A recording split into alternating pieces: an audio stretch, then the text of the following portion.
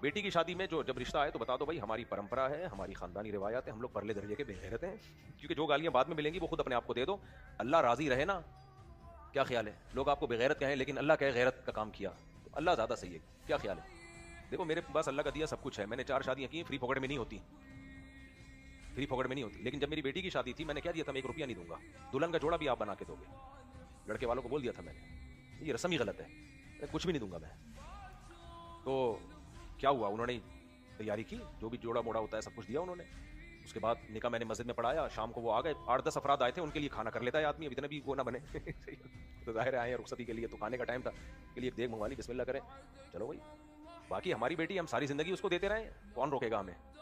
یہ جو اس موقع پر یہ چیزیں ہو رہی ہیں, یہ خوشیوں سے نہیں ہو رہی ہوتی, یہ جرمانے ہیں, پینلٹیاں ہیں, یہ بےغیرتی کے تانے سے بچنے کے لیے جرمانے لگ رہے ہیں یہ. اچھا, جب بچی کی میری شادی ہوئی میں نے فرنیچر خریدا اپنے گھر کے لیے, کیونکہ میری بیگم کو اتنے سال سے 15 سال سے پرانا فرنیچر وہ بیچاری چلا رہی تھی, تو میں نے کہا اس کے لیے فرنیچر خریدوں میں. تو لوگ سمجھتے بیٹی کا جہیز خرید رہا ہوں, میں نے کہا جہیز نہیں خرید رہا بھائی, اپنی بیگم کے لیے فرنیچر خرید رہا ہوں میں. تو اللہ کا شکر ہے وہ رخصت ہو کے چلی گئی, خوش ہیں الحمدللہ.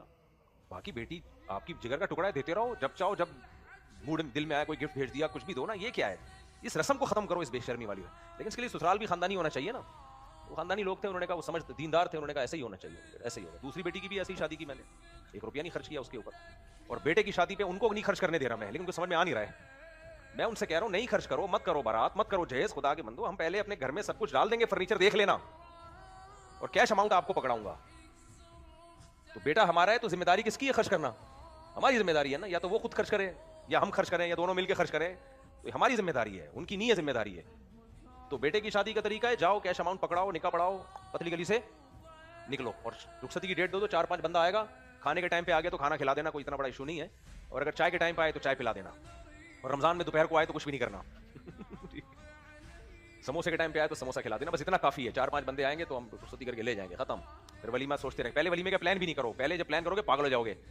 جب شادی ہو جاتی ہے پھر صحیح دماغ سوچ کے پلان کرتا ہے کہ جیب کتنی گنجائش دے رہی ہے مجھے, اس سے پہلے تو رکھ رکھاؤ ہوتا ہے. جب رخصتی ہو جاتی ہے پھر آدمی کہتا ہے ابے ہو ہی گئی ہے نا, اب نمٹا یار, اس کو کیا کرنا اب, تو پھر طریقے سے سوچتا ہے کتنے افراد بلانے ہیں کتنے نہیں بلانے. اس سے پہلے تو سب دکھلاوا چل رہا ہوتا ہے. تو بیٹی کی شادی میں ہونے والے دامادوں کو بتا دو, داماد کو کہ بھائی ان کے خاندان کو بتا دو, بھائی آپ کی امانت ہے, نکاح پڑھ لو آپ اسی طریقے سے. اس کے لیے آپ کی دلہن ہے نا, تو جس طرح کا آپ کپڑے بنانا چاہتے ہو تو خود بنا کے لا دو, ہم وہ پہنا دیں گے رخصتی کے وقت, یا ہمیں پیسے دے دو, اپنی پسند کا ہم خرید لیں گے. تو یہ آپ کا کام ہے, ہمیں بغیر داماد نہیں چاہیے. صحیح ہے نا.